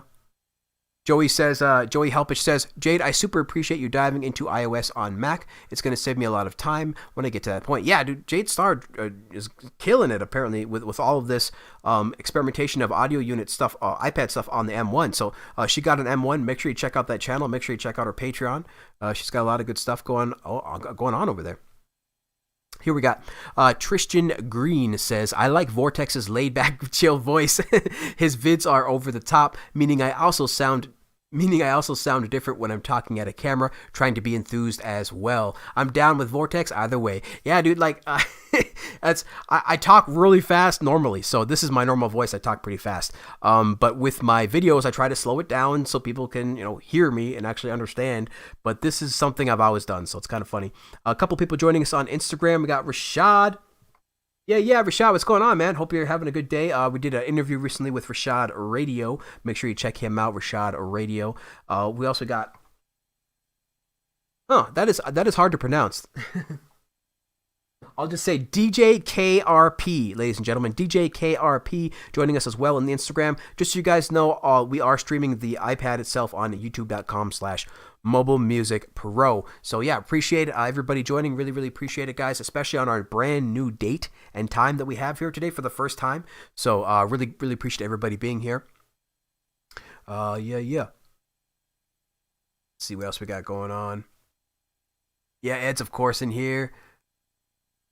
Yep, Joey Helpish says, and with what's happened to GarageBand and iPad this year, I don't have a lot of faith in Apple bringing a good version of anything to iPad. So, it's interesting to see because, the GarageBand is a fantastic app. But again, it's purpose built for the iPad, guys. They're not going to repurpose, Logic or any of these big things for the iPad. What they're going to do is either create separate versions or just continue with the desktop. because the mobile versions that are there already, like Beatmaker and Cubasis, they're going to evolve. They have nowhere to go but up. See, where with the desktop that have already the desktop apps that have already established themselves essentially have nowhere to go but down when it comes to bridging their stuff into a brand new ecosystem, where they're kind of going from a bigger ecosystem to a smaller ecosystem. So they don't really have a whole lot to gain here. But the iPad apps, they have a lot to gain because they're going from a smaller ecosystem to a much larger ecosystem. And again, there's going to be demand there. There's going to be demand at some point. So very, very interesting. Jade says they dropped the ball this year with GarageBand updates on iOS. I thought everybody liked the updates on GarageBand. Wasn't there like some pretty big updates on GarageBand, like for iOS specifically with the a bunch of new instruments and then a new sampler and then new loops, and then they recently got that new looping ability just recently. I think that was last year, but I thought there was a bunch of updates that people are liking with GarageBand. So let me know, Jade. I thought people are liking it. Big Baby Productions in the house. Big Baby, yeah, always guest starring on Elbow Media Studios stream every Saturday at 4 p.m. Pacific, 7 p.m. Eastern Standard Time. He says, I gotta bounce, fam. Great content and info, bro. Keep doing your thing. Yeah, one love, Big Baby. One love, man. Really appreciate you being here. Loving your guys' sample packs. Loving your guys' streams. Big Baby Productions, and Elbow Media Studios. Make sure you check them out. And have a good one, though. Jade says, let's see. A lot of bugs. Jade says there's been a lot of bugs in GarageBand, though. Yeah, well, so maybe you're talking about iOS 14 update, because that messed everything up, right? That messed everything. That was insane. Like that, dude, like I have not upgraded yet to iOS 14 because of that. That is freaking crazy. Yeah, that is definitely not what I want to do. And so, because literally, like every single person that I know that's updated to iOS 14 has had issues. So there's no way. I always stay 1 to 2 versions behind on purpose. Now, does that mean that I get I lose out on some of the latest apps? Well, yeah. Does that mean that I lose out on some of the latest updates in GarageBand? Well, yeah. But that doesn't really matter to me because my workflow is quite solid, so I'm not looking to mess it up with a new update. And in addition to that, I don't really use GarageBand. I use Cubasis, so there's never been like Cubasis has never said, "Sorry guys, the new version will only ever work on this iPad OS ever." Obviously, like they have Cubasis 3 is going to not work on older versions, so every few years they're going to update, and I will update to those new versions. But that's every 3 or 4 years, guys. Apple, wants you to update every year, not gonna happen for me, I'm afraid. So I'm just not gonna do that. Let's see what else we got. Jade says still not on iOS 14 either on the main phone, and it still had bugs. Ouch. Yeah, that's ouch. Sorry for the GarageBand users out there. That's tough. Yeah, Tristan Green. I don't think I've seen Tristan either here. I loving having all these new people. Apologies if you've been in the stream before and I don't know. I love just seeing all these new faces has been fantastic on this new date and time of streaming and being able to go 2 hours, guys. I don't feel rushed. Like I literally no longer feel rushed. This is fantastic for me. I always felt so rushed on the previous live streams with only 1 hour. It's just not enough time because it takes like 15 to 25 minutes just to say hi to everybody in the chat and do the intro and all that kind of stuff. Like, no, 2 hours, guys, minimum 2 hours. Shivam says, Shiv says, I'm on iOS 13.7. Let's see what version we're on. I don't even know. Let's go to about. We are on version 13.6. So we're on version 13.6 over here. And Shiv is on 13.7. Yes. Ed says, welcome to our group of iOS junkies. That's pretty much what we are. But yeah, I just wanted to get into a little bit more into some of this history, guys. I'm sorry, I got distracted by the chat a little bit. I did want to get into some of because this is important stuff, guys. I mean, you guys need to Google the Fairchild 670 and the importance and significance of this plugin. Very, very great. Again, looking a little bit different here than its iOS counterpart, of course. Let's go back here. So looking a little bit different, but still, nevertheless, really cool. And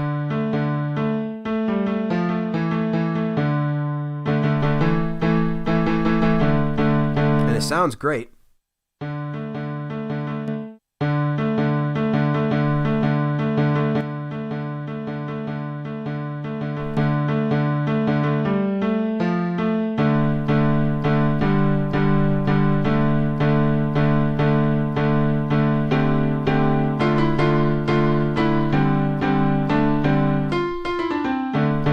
So yeah, it sounds fantastic on the piano.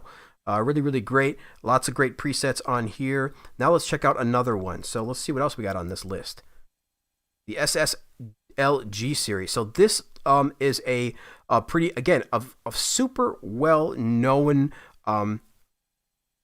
plugin. Both plugin and physical console, physical actual rack mount here. So this says originally a feature of the SSL 4000 console, the G-Series Bus Compressor has gained popularity over its signature tone and glue that imparts it on mixes. Now free from the master section of the original console, this legendary VCA unit comes in a 1U rack mount unit, 500 series, and SSL-X rack module. With so many forms, it is easy to integrate this unit into any studio. The G-Series is known for bus compression that makes a mix sound huge and punchy. Using its built-in high-pass filter, you can even make sure that your low end isn't triggering the gain reduction. Other features include an auto release and ratios from 1 to 5, all the way up to 10 to 1. Wow, pretty cool. Making this a great bus compressor for all styles. So let's just hear what this sounds like. It says the color of the compressor is part of the sound of the 4000 console, giving your mix inexpensive analog character as well as the glue it has become a classic for. So let's just take a look at what this. So one more time, here's the picture. And now let's take a look at the iPad plugin. So we're going to look at the plugin inside the MixBus now. Let's take a look. Insert effects, MixBus. Make that big. Let's change this to, see, that was a compressor, I think. Let's go to, where's this? Where are we going? Dynamics, bus compressor? Yes. So here it is. This is the bus compressor. We should probably put this on a drum loop. Let's do that. Let's do that. Let's erase. Let's just go add audio, and let's go to adding this effect here. And yes, let's go to audio units. Let's go to MixBus or MixBox. Let's add our drum compressor here. Dynamics bus compressor. Now let's go ahead and go to the media bay and add a drum loop. Cubasis comes with a bunch of good drum loops.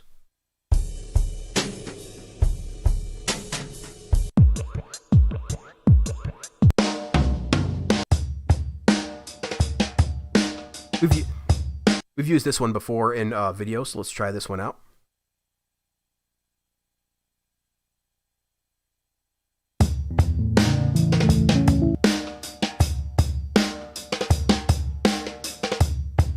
All right, let's see what this sounds like.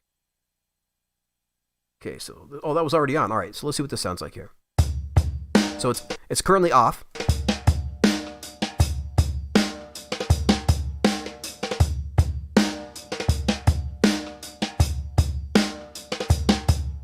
So now we have a drum bus preset, and let's hear what this sounds like.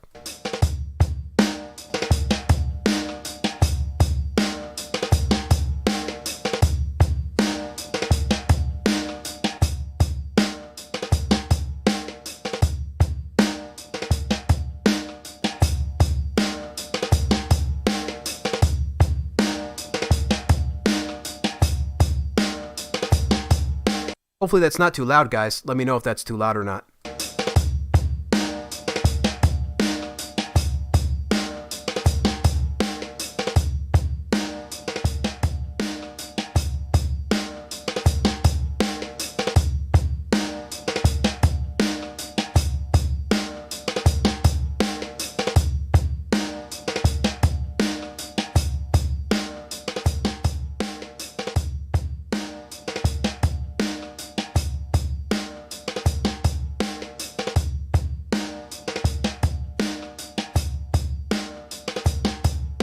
So applying about 8 to 10 dB of compression on there, which is a lot of compression. Hold on, let me take that compression down a bit.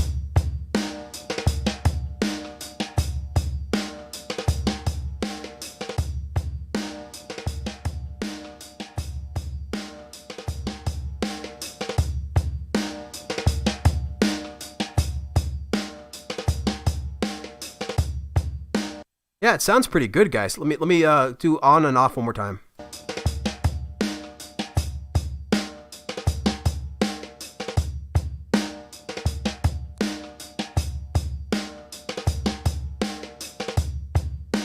Very, very cool, guys. So again, really good for gluing your mix together. Again, just like a super, super expensive plugin, many thousands of dollars, you know, for these types of things. And it's now available at our fingertips inside of the iPad, inside of MixBus. Just really, really, really cool. Let's see what some other ones are in here. Other famous.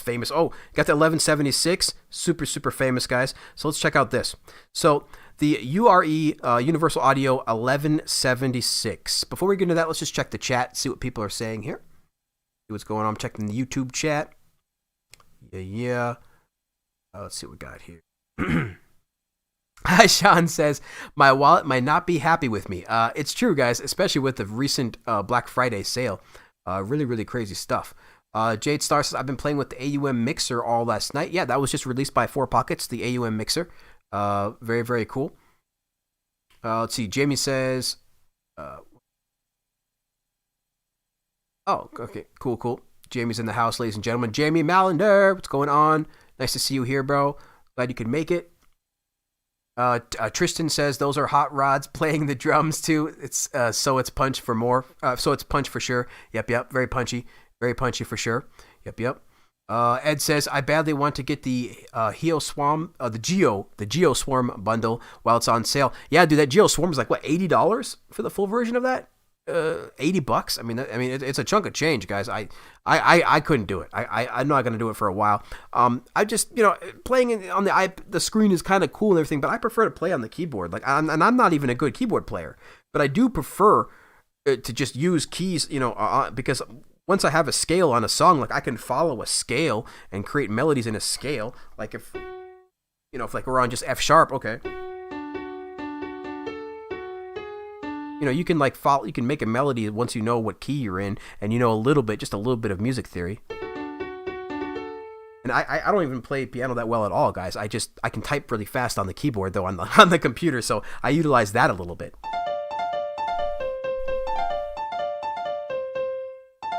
I'm gonna try this. But yeah, so I can play a little bit kind of fast. But I'm a terrible piano player. So, but I still prefer to rather play on a keyboard, you know, than on the flat screen personally. But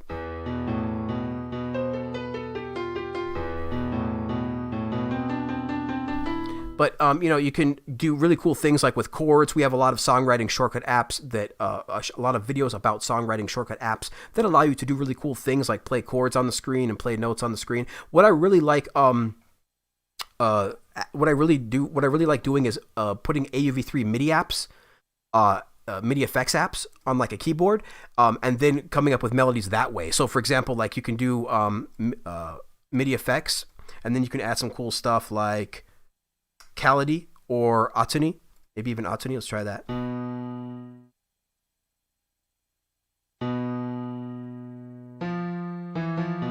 Wonder if it's not working right now.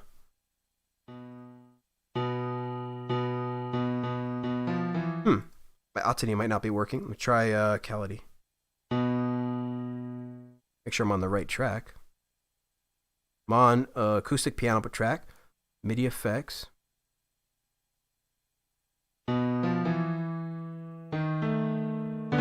Oh, here we go. You do like something like this. The range down. Resolution a little bit slower. Transpose.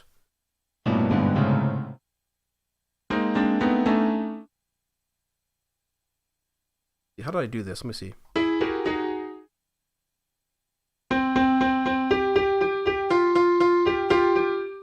So you can do like cool things like that too.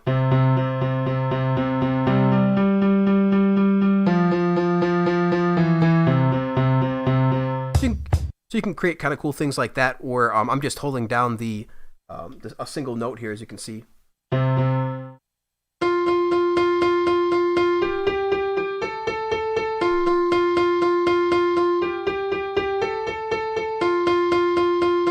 So you can do really cool things like that and make with MIDI Effects the sky's the limit. You can do so many cool things.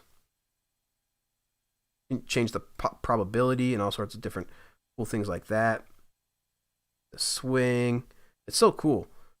I really, really, really like this particular app. And of course, all the amazing things like, all the amazing things for chords and all the amazing things for arpeggios. Just so much cool stuff in here.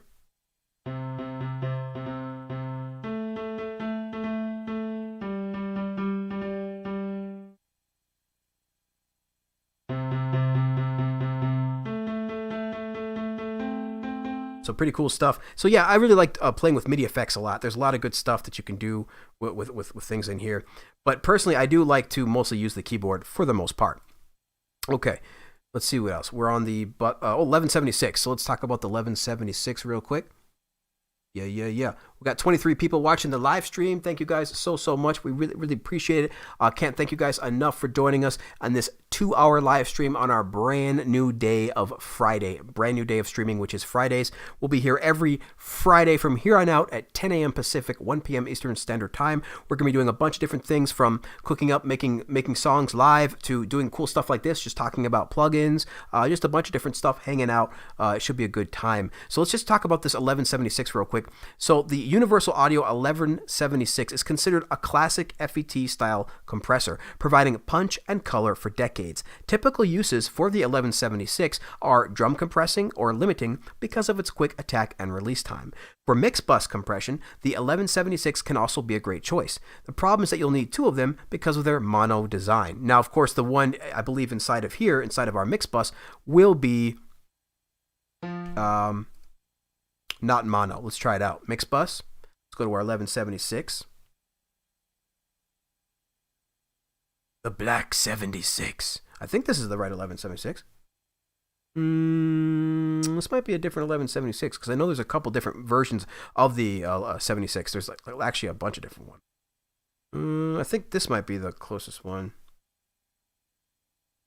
76. No, that's not right. This is the 2A.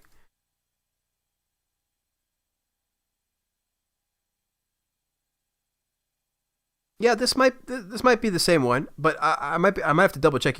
Chat might have to double check me, but there is one more page I have loaded up here as well, but I don't have it here. Let me just do a quick Google here. Let me check my notes real quick.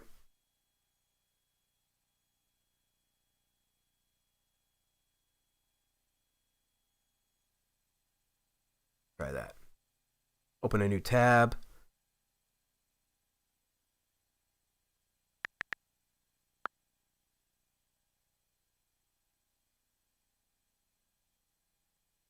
Recording bass, best mix compressors.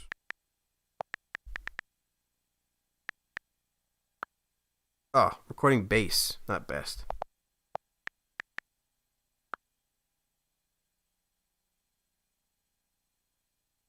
Let's see if we can find this here, because there's a couple of these cool guides here. Oh, those are some videos. See, there's the 2-way, but let's see here. Maybe this is the one. Let's try this one, guys. 7 best analog mixers of all time. Yeah, I think this is one of them. Yeah, this is one of them. Cool. So here's the Fairchild 670 we already talked about. SSGL, SSL we just talked about. Or is this the same? Is this the same page? I don't think so. There's the TubeTech 2A. Okay. Yep, that's the 76. Okay, so I think that's the one we're talking about here. The 1176. Yep. Universal Audio, guys. So let's just go ahead and check this out here. And you can check out some of the presets that it has on it.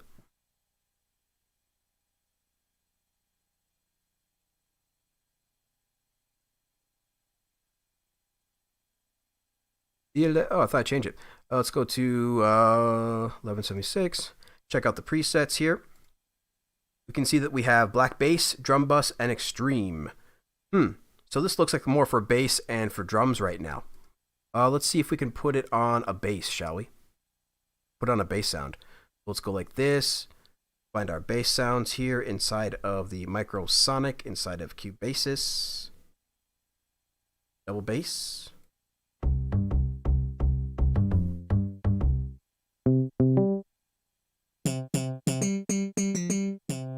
I'm gonna close the Instagram stream because my battery's getting low, guys. So sorry about that. There's not really many people in there anyway.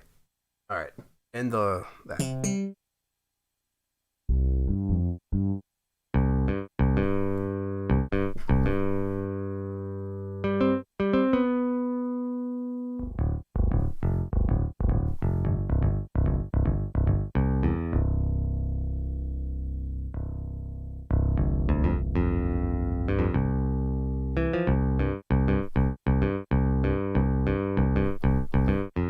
All right, let's see what this sounds like here on this bass sound. So let's go to turn this off.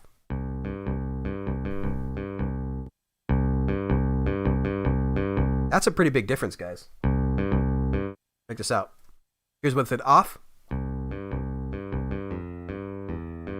Try the bass on.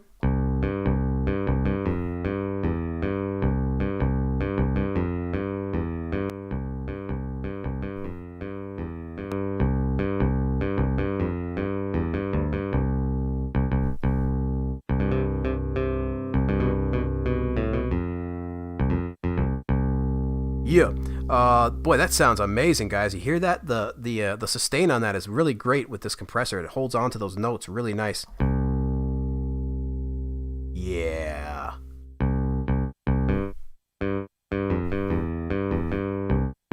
All right, very, very cool. We can play with some of these settings as well. Turn down the input, output.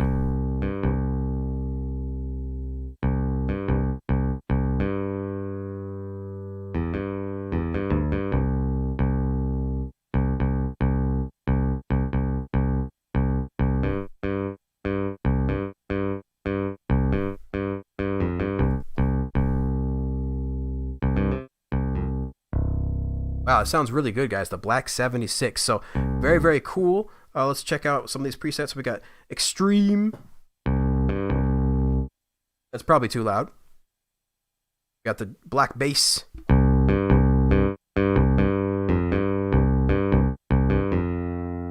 So we were just on there. And then we got the Drum Bus.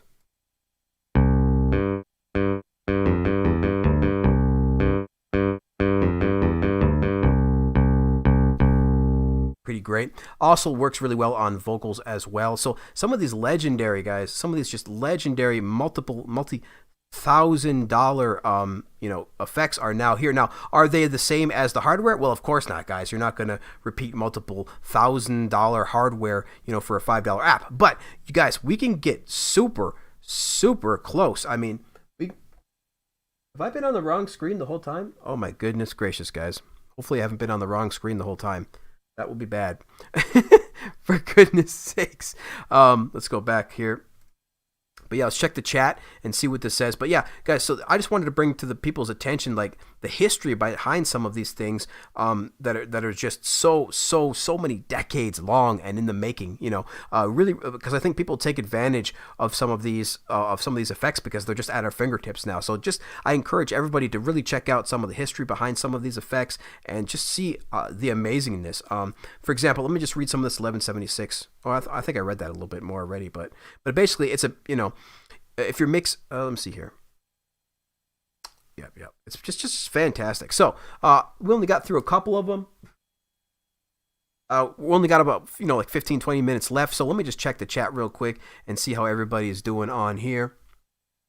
Let's see what we got. Yep. All right. Let's see who else here. Christine. Yep. Tristan says very nice and professional. Jade Stars helping people out there in the chat. Very, very cool. Yeah, Tristan says super huge. Yeah, these effects, guys, are really the difference between cheap, quote unquote, cheesy or cheap sounding sounds versus walls of sound, right? Just professional sounding huge bass, professional sounding huge lead screaming guitars, right? Professional, just layered synth with like 4 or 5 plus different tracks layering there to give this unique wall of sound. That is the difference between amateur and professional recording, guys, is some of these amazing effects. Just like, and they can be really simple too, like just throwing on some of those, throwing like an 1176 or a 2A on vocals, and then like an 1176 on your drums, or that bus compressor at the end of your in your mastering chain. These types of things can really help, and we're going to be releasing more videos on that eventually as well. We're going to be releasing some videos on mastering, doing various things with mastering, more mixing stuff as well, eventually sound design and music theory, but we're going to get into more advanced stuff with some of these amazing presets. But I'm really looking forward, guys, to showing you some of these things and into the future as well, and so it should be a good time. Let's see what else we got here.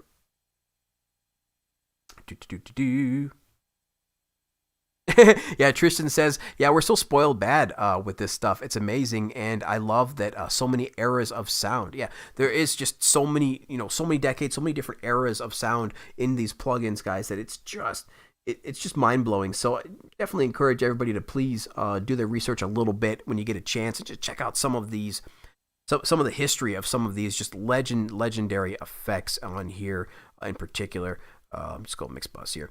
And really, like for me personally, I've been mostly impressed with these limiters and these compressors, these dynamic stuff, more than like the actual effects, than like EQ and reverb and saturation. I got plenty of EQs and reverbs and saturation. Like I'm not too concerned with that, but I really love, I already have studio quality, like, reverb with, and studio quality EQ with things like Fab Filter and Tone Booster. So I'm not really looking for too much, in that area, although there is some pretty cool EQs in here. But for me, the most thing that impressed me about MixBus is their dynamics category, guys. Like, this is where, and again, channel strip, cool, but all the legendary, in my opinion, like the main legendary stuff, guys, the stuff that's like multiple thousands to tens of thousands of dollars, really lies in the dynamics section with these EQs, limiters, or with these compressors and limiters. This, guys, is some amazingly fantastic stuff. Like the white 2A, the 2A, just legendary stuff on vocals, legendary. The limiter, great. Sort of like the T-Rax that is on the desktop. Both the limiter and the compressor resemble a T-Rax type of thing, and it's just amazing. I got like this spread knob right here, for example. This spread knob can make all the difference in the world when you're applying this at the end of your mastering chain, or in your mastering chain at the end of the track. Like this stuff, the magic stuff right here is in this particular knob, this spread knob, magic stuff. So some of these having some of these legendary things on here is just amazing. The de-esser, I don't need that. I got plenty of de-essers. But so for me, the 76, the bus compressor, the T-Rax compressor and limiter, and then the 670, and then finally the 2A. These guys are just what just excites me so much about MixBus, more than all these other different things that they have in there. Because again, I already got studio quality stuff for most of these things. Don't really need too many. Some of the stuff in saturation is kind of cool, but I have plenty of plugins for that. So that was kind of I just wanted to show you guys that a little bit, go through that. And let's put this here. Let's go like this. What project? The only question is what project did I have when we first started streaming? That is the question, guys. I don't even remember what the song was. Oh, yes, it was Splice. Well, goodness, I almost forgot. So let's go ahead and just bring that up here real quick. All right, cool. So I can have that here ready to go. And this is just a quick project we created for the Splice video. This is what you heard in the intro and outro. Just some cool stuff in here, nothing too crazy. For example, on my kick, I got some low fly dirt, FAC transient, of course. Nothing on the snare, nothing on the hats. Got the FAC Bandit here on the sub bass. Nothing too crazy here, just all stock plugins for the most part, guys. Like stock plugins, people don't understand how far you can get on stock plugins just with the channel strip, studio EQ, chorus, and delay. I mean, you can get a lot of mileage out of these stock plugins. So nothing too crazy. Let's check out the master track. Got a Bark filter, of course, that triple band preset, then a Spin Effects. What the heck is the Spin Effects doing? I don't even know what that's doing on there. Probably nothing.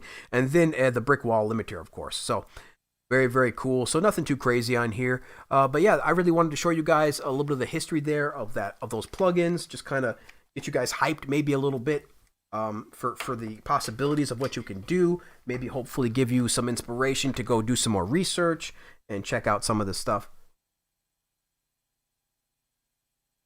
Goodness, I am thirsty. Okay, let's continue checking out the chat because we only got a few minutes left, guys. We're almost ready to take her out. Our first 2-hour live stream. Well, we had a special 2-hour live stream on our launch date, but this has been the first 2-hour live stream since that. So I'm really, really, really stoked about these 2-hour live streams, guys. This is the format that I want for sure. And again, next Friday, we'll be here, 10 a.m. Pacific. When is Christmas? Check the calendar. Holy smokes. Yeah, so we're not going to be here on Christmas Day, but we'll definitely be here next Friday, the 18th. And then probably not on the 1st, obviously. But yeah, on the January 8th. So from January 8th on, for sure, through the rest of the year, we'll be here every Friday. And we'll definitely be here next Friday on the 18th. Absolutely, guys. 10 a.m. Pacific, 1 p.m. Eastern Standard Time. Had a great time with you guys. Let me just finish out, see what's going on with the chat. Let's see what we got here. Has anyone using Sean says, is anyone using MixBus with Cubasis 2? Can't seem to find the effect. I haven't tried it. We can try it real quick. Let me see. Cubasis 2. Let's just see what we got. We'll pull it up real quick. All right. Let's just go to a new project here. Or we can go anywhere, I guess. Add a new track. All right, insert effects, tap to add effect, audio units. Let's see if we can find it here. I haven't checked in Cubasis 2, but we're checking right now real quick. There it is, IK Multimedia Mix Box inside of Cubasis 2. Looks to be fully operational. Whoops. We can check the presets in here. Bass and 808. Yep, seems to be loading up just fine here inside of Cubasis 2. So there you go. Hopefully that helps you out there, Sean. And we'll close that out. Okay, cool. All right, what else we got here? Yeah, it's under IK, so you got to make sure you find that under IK Multimedia. Yep. Joey's... Shim says Mixbox is a pro-level app. Joey Helpish says, yeah, Shim, I avoid all plugins as much as I can, but I may be picking up Mixbox. Mixbox is pretty sweet, guys. I keep calling it Mixbus, I think. Mixbox. It says, whatever, Mixbox. I think it's really cool. Fantastic app, guys. Really, really great. Really appreciate it, guys. Everybody says, Jade Star says, thanks, Vortex. Tristan says, thanks, Vortex. Ed B says, see you soon, Vortex. Yeah, on the next stream, for sure. Thank you guys so much. Let's see, what time is it? Well, we got like 9 minutes, guys. Just so you know, we got like 9 minutes, but or like 8 minutes now. So we got just a couple minutes left, but just thank you guys so much. It was just a pleasure being with you guys, a pleasure hanging out. What I usually do is I go ahead and I do an outro, and then I let the music play for a little while so you guys can say goodbye to each other and all that good stuff. But hopefully you guys enjoyed this. I was really, really fun for me. I think we're going to do a lot more fun things in the future, and yeah, it's going to be a great time. Let me just check my notes to make sure I didn't forget anything, guys. Nope, that was it. Cool. So that was the main topics. Again, guys, thank you. We're going to be streaming again every Friday at 10 a.m. Pacific, 1 p.m. Eastern Standard Time. And the next videos, next week, we'll be dropping the top 5 videos. So I believe we're going to be doing the top 5 effects first. So next week will be top 5 AUV3 effects for 2020. Make sure you check out that video. That will be airing, of course, at our normal time, Wednesday at 8 a.m. Pacific, 11 a.m. Eastern Standard Time. So we release videos every Wednesday, guys. We have at 8 a.m. Pacific, 11 a.m. Eastern Standard Time. We release new live streams every Friday at 10 a.m. Pacific, 1 p.m. Eastern Standard Time. So make sure you guys join us Wednesdays and Fridays. We're going to be here releasing stuff, releasing content. And of course, we have our brand new sample pack that we announced as well that we'll be releasing for free on mobilemusicpro.com. That is a pop, Essentials Pack 2 pop. Now, we called it pop, but it's going to be ranging very, very versatile. So it'll have EDM pop stuff in there. It'll have hip hop, trap pop stuff in there as well. So it'll be very versatile. It's not going to be just, sounding like Maroon 5 stuff. It's going to be much more than just Maroon 5, Chainsmokers kind of stuff. But it will be very versatile. So I'm really looking forward to that one and seeing what you guys are going to think of that. That will be available for free on January 6th on mobilemusicpro.com. January 6th. We're currently producing that right now. We're currently in the phases of building that and creating that out. We're going to be doing some content around that pretty soon. So look forward to that as well. I believe we're going to be releasing some content around that next week, actually. So definitely make sure you check that out. Make sure you stay tuned, guys. Follow us on all our socials. Of course, we're on at Mobile Music Pro on everything: Facebook, Instagram, Twitter, and of course our free mailing list at mobilemusicpro.com. So let's go ahead and put up the music, guys, and might as well just say goodbye a couple minutes early. Really, really appreciate everybody being here. Let's hit the music, make sure that's going good. Let's see if we can hear it. Yep.